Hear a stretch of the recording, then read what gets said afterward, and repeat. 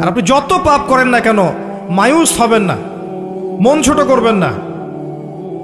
আপনার একটা সেজদা, যে সেজদা আপনি চোখের পানি ঢেলে দিয়েছেন আল্লাহর কাছে, যে আল্লাহ আমার ভুলগুলো তুমি মাফ করে দাও, আমার তওবা তুমি কবুল করো, ইনশাল্লাহ দেখবেন ওই একটা সেজদা যদি কবুল হয়ে যায় আল্লাহ পাক আপনার সব গুনাহ মাফ করে দিবেন ইনশাল্লাহ। নামাজটা ছাড়েন না, যত পাপ করছেন করেন, আমি বলি নামাজ ছাড়েন না, ইনশাল্লাহ একদিন নামাজই আপনাকে পাপ থেকে বের করে আনবে ইনশাল্লাহ।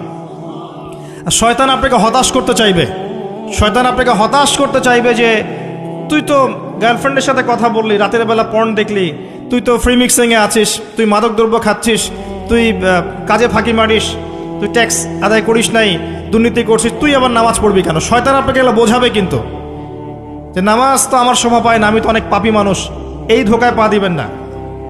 আপনি নামাজ কন্টিনিউ করতে থাকেন, ইনশাল্লাহ আল্লাহ পাক আপনাকে পাপ থেকে বের করে আনবেন ইনশাল্লাহ। ওই নামাজটা যদি ছেড়ে দেন তাহলে আর কোনো হাতিয়ার বাকি থাকবে না। আর আপনি যত পাপ করেন না কেন মায়ুস হবেন না, মন ছোট করবেন না। আপনার একটা সেজদা, যে সেজদা আপনি চোখের পানি ঢেলে দিয়েছেন আল্লাহর কাছে, যে আল্লাহ আমার ভুলগুলো তুমি মাফ করে দাও, আমার তওবা তুমি কবুল করো, ইনশাল্লাহ দেখবেন ওই একটা সেজদা যদি কবুল হয়ে যায় আল্লাহ পাক আপনার সব গুনাহ মাফ করে দিবেন ইনশাল্লাহ। হতাশ হবেন না, শয়তান হতাশ করতে চাইবে মানুষকে, শয়তান মানুষকে হতাশ করতে চাইবে।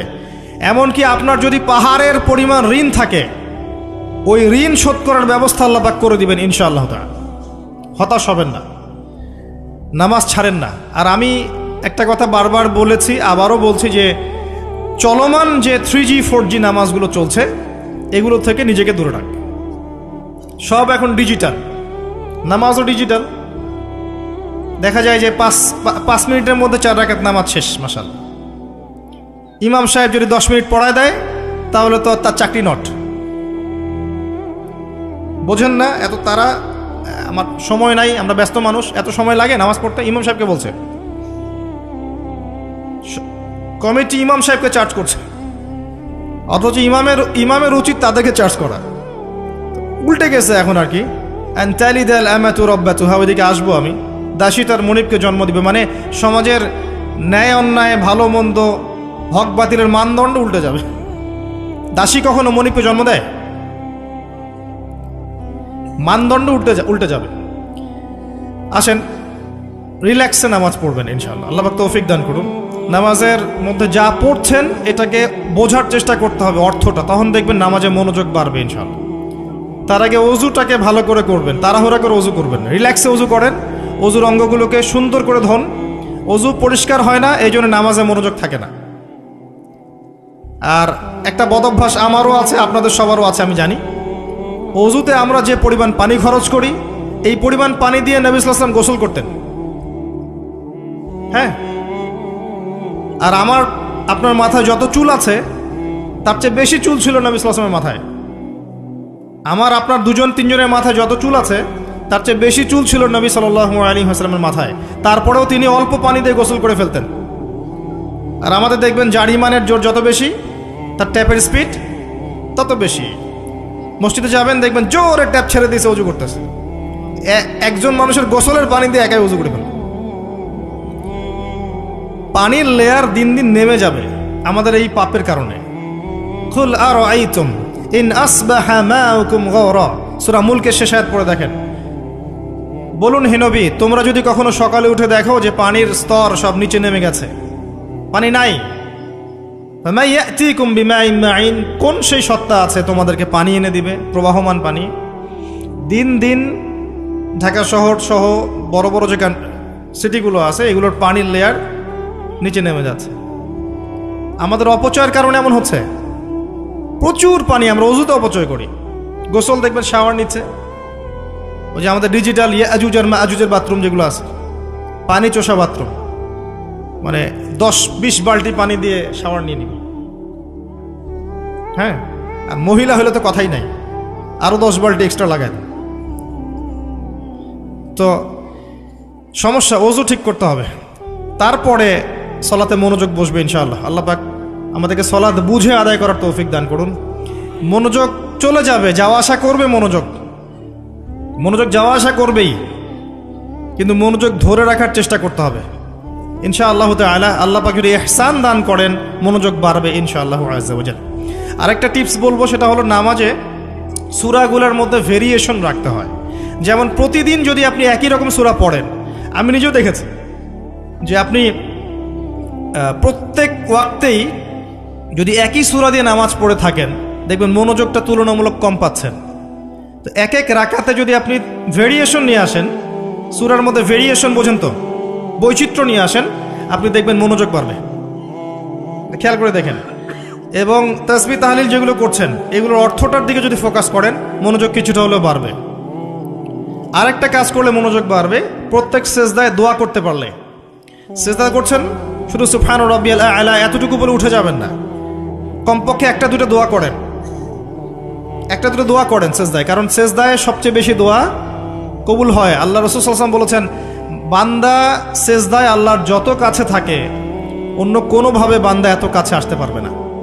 এবং এখানে তোমরা বেশি বেশি দোয়া করো, নবী সাল্লাল্লাহু আলাইহি ওয়াসাল্লাম বেশি বেশি দোয়া করতে বলেছেন। দোয়ার জন্যে হুজুর ডেকে এত খাওয়ানোর দরকার নাই, নিজে দোয়া করা শেখেন, নিজে দোয়া করা শেখেন। নিজের বাবার জন্যে, মায়ের জন্যে, আপনার আত্মীয় স্বজনের জন্য, আপনার নিজের জন্যে, আপনার স্ত্রী সন্তানের জন্যে, সমাজের জন্যে, উম্মার জন্য, দেশের জন্য আপনি দোয়া করতে শেখেন। আপনার একটা প্রয়োজন, এই প্রয়োজনটাকে আমি বুঝতে পারবো, ওই আবেগটা কি আমার আসবে? আপনার যেটা প্রয়োজন, আপনার আবেগ আপনার আসবে। আপনার সন্তান অসুস্থ, আমি কি বুঝবো সেই ফিলিংসটা কেমন? আপনি বুঝবেন সেই ফিলিংসটা কেমন। অতএব নিজে আল্লাহর সাথে সম্পর্ক করেন। আর আপনি নিজেকে এত ছোট কেন মনে করছেন? আপনিও আল্লাহর সেই বান্দা, যে বান্দা আমি, যে বান্দা আর 10 জন মানুষ। আল্লাহ পাক আপনাকেও ভালোবাসেন, আল্লাহ পাক অবশ্যই আপনাকে ভালোবাসেন। জীবনের দীর্ঘ সময় পর্যন্ত আপনি আল্লাহকে ডাকেন নাই, আল্লাহ আপনাকে ফেলে দেয় নাই।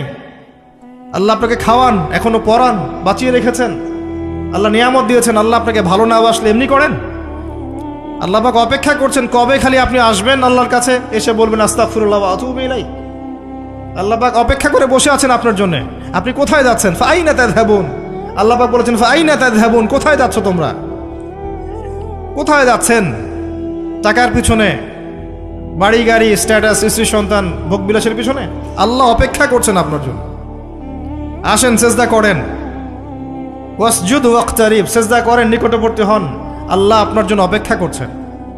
যাবেন না আল্লাহর কাছে? আল্লাহ পাক সবাইকে আল্লাহর কাছে ফিরে আসার তৌফিক দান করুন।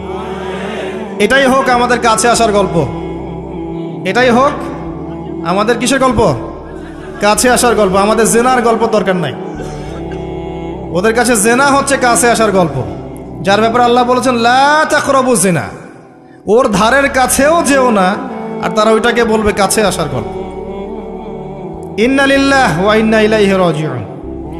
আল্লাহ পাক আমাদের যুবক যুবতীদেরকে হেদায়েত দান করুন, পিতা মাতাদেরকে পরিবারে অনুশাসন বজায় রাখার তৌফিক দান করুন।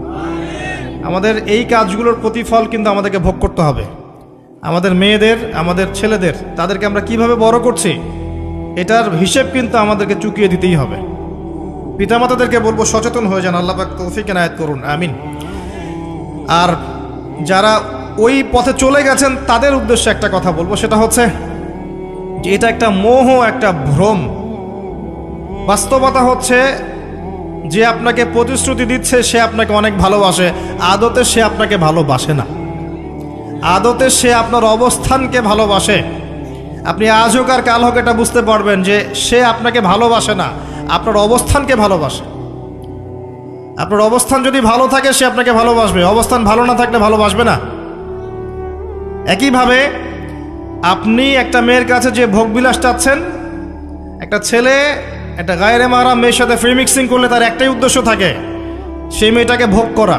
সুযোগ পেলেই সে মেয়েটাকে ভোগ করে ফেলবে। আর একইভাবে এই মেয়েও দেখবেন আপনার যতটুকু সামর্থ্য আছে, অর্থবিত্ত যা যা আছে, এটাকে সে ইউজ করার চেষ্টা করছে তার স্বার্থে। বাস্তবিক অর্থে দুজন দুজনকে ভালোবাসে না মোটেই, দুজন দুজনের স্বার্থকে ভালোবাসে। ভালোবাসা আল্লাহর পক্ষ থেকে আসে।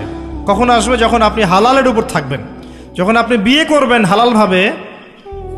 অচেনা একটা মেয়ের প্রতি দেখবেন আল্লাহ পাক এমন ডিভাইন একটা লাভ দিয়ে দিবেন, ওয়াজআলা বাইনাকুম মাওয়াজ্জাতা ওয়া রাহমা। আল্লাহ পাক তার পক্ষ থেকে উভয়ের মাঝখানে হৃদ্যতা, ভালোবাসা, মহব্বত দান করবেন। বলেন সুবহানাল্লাহ। এটা ডিভাইন, আল্লাহর পক্ষ থেকে আসবে, ঐশ্বরিক। আর বাকিটা হচ্ছে ঐশাচিক, শয়তানি, প্রবৃত্তির দাসত্ব, ভোগবাদী। এগুলো খেয়াল রাখবেন। এতে করে যা হবে, আপনি একবার আপনার ইজ্জত হারায় ফেললে কখনো ফিরে পাবেন না। অদ্ভুত বিষয়, মানে এই বিষয়গুলোকে আমরা কিছু মনেই করি না। এখন আমরা কিন্তু কিছু মনেই করি না, মনে করি এটা একটা মানে সোশ্যাল কালচার, গার্লফ্রেন্ড বয়ফ্রেন্ড থাকবে, একটা সোশ্যাল কালচার। এভাবে যে কত ছেলে কত মেয়ে, লক্ষ লক্ষ কোটি কোটি নিত্যদিন জেনা করছে, আল্লাহ ভালো জানে। আল্লাহ পাক আমাদের যুব সমাজকে হেদায়েত করুন, আমিন। আর যে প্রশান্তির জন্য আপনি তার কাছে যাচ্ছেন, সেটা তার কাছে নাই। প্রশান্তি আছে কোরআনের কাছে, প্রশান্তি আছে নবীর সুন্নায়, প্রশান্তি আছে আল্লাহর জন্য সেজদায়। তার আল্লাহর জন্য আল্লাহকে স্মরণ করে আপনি কাঁদবেন, প্রশান্তি পাবেন। আল্লাহর জন্য কিছু কাজ করবেন, তার দিনের কোনো খেদমত করবেন, প্রশান্তি পাবেন। আল্লাহর কোরআনের 10টা আয়াত মুখস্থ করেন, মনে এমন শান্তি আসবে যেটা আপনি কোথাও পাবেন না। আমি চ্যালেঞ্জ করে বলছি আপনাকে, আপনি আল্লাহর কিতাবের আজকে গিয়ে 5টা আয়াত মুখস্থ করেন, অর্থটা পড়বেন, কয়েকবার চর্চা করেন, মানুষকে শোনান, আপনি মনে এমন একটা প্রশান্তি পাবেন যেটা পৃথিবীর কোনো জায়গায় পাবেন না।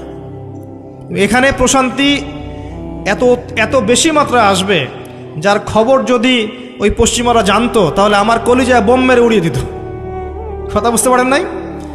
আল্লাহর পথে চললে যে প্রশান্তিটা পাওয়া যায়, এর খবর যদি ইসলামের শত্রুরা জানতো, তাহলে মুসলিমদের কলিজায় পারমাণবিক বোমা মারত।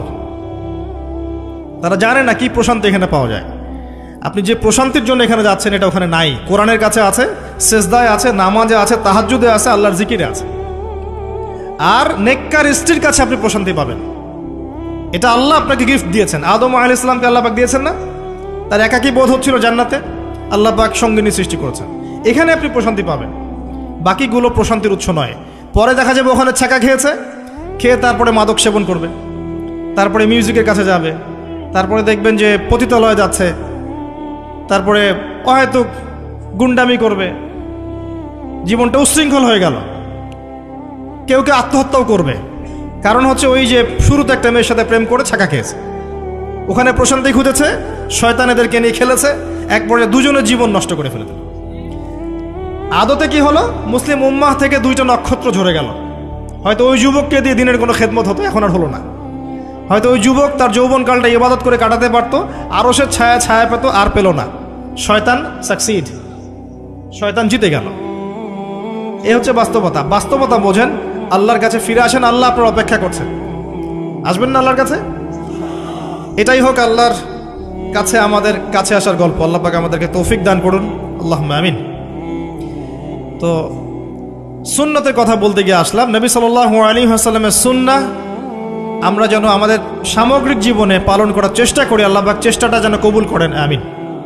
এরপরে আছে সালাতের কথা, তারপরে আছে আপনার যাকাতের কথা। নিসাব পরিমাণ সম্পত্তি হয়ে গেলেই যাকাত দিতে হবে। এটা নফল কিছু নয়, ফরজ জিনিস। যদি আপনি সামর্থ্যবানদের যাকাতগুলো কালেক্ট করতে পারতেন, কেউ যদি পারত, দেখতেন এই যাকাতের অর্থগুলো দিয়ে এত এত মানে বিগ বিগ প্রজেক্ট করা যেত, যেটা আপনি কল্পনা করতে পারবেন। এটা কিন্তু নফল কিছু নয়, দিতেই হবে, বাধ্যতামূলক। যাকাত আল্লাহ পাক এই জন্য ফরজ করেছেন, যাতে করে সমাজের মধ্যে ধনী এবং গরিবের সাম্য বজায় থাকে। এটা গরিবের হক। যাদের উপর যাকাত ফরজ হয়েছে তারপরেও যাকাত দিচ্ছে না, এদের সম্পত্তিগুলোকে আল্লাহ পাক কিয়ামতের দিন গলাবেন, মানে ধাতুতে পরিণত করে গলাবেন, গলিয়ে কপালে, গালে, পিঠে, চেহারায় লেপটে দিবেন। বলেন নাউজুবিল্লাহ। সূরা তাওবা পড়ে দেখেন, সূরা তাওবার মধ্যে এটা আছে। সম্পত্তি গলানো হবে, গলে একটা সোনা, তামা, ব্রোঞ্জ এগুলো গলালে কেমন হবে? এগুলো উত্তপ্ত করে যদি গায়ে লাগিয়ে দেওয়া হয়, কেমন শাস্তি হবে? বলা হবে এটাই সেই তোমার সম্পদ যা তুমি সঞ্চয় করেছিলে, আজকে এটা আযাব ভোগ করো। নাউজুবিল্লাহ। এটা সমাজের সাম্য বজায় রাখে, গরিব আর ধনীর মধ্যে একটা ব্যালেন্স বজায় রাখে। এটা গরিবের হক। যখন আমরা যাকাত দিব না, গরিব মানুষের মাথাপিছু যে মানটা আছে জীবনযাত্রা, এটা আরও কমে যাবে। এটাতে শুধুমাত্র একটা রাষ্ট্রেরই উপকার হয় না, ব্যক্তি পর্যায়ে উপকার হয়। যখন ব্যক্তি পর্যায়ে যাকাত চলে যাবে সবার হাতে হাতে, দেখবেন আজকে যে খেতে পারছে না, সে কালকে দুবেলা খেতে পারবে ইনশাআল্লাহ। আর অনেক মুসলিম আছি আমরা যারা সালাত পড়ি, যাকাত দেই না, আছি না?